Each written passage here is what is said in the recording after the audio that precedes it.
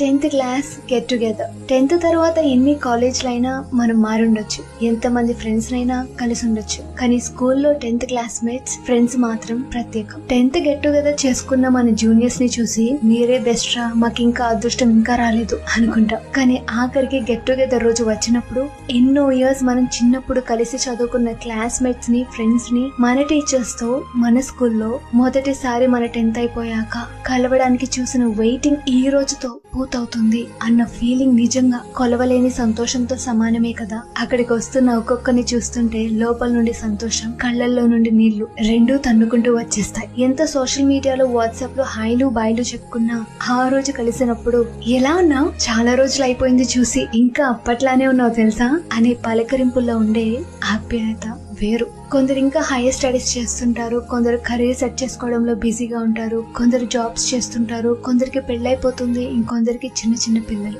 అప్పుడు అనిపిస్తుంది లైఫ్ ఇంత స్పీడ్ గా ఎప్పుడు మారిపోయింది అని.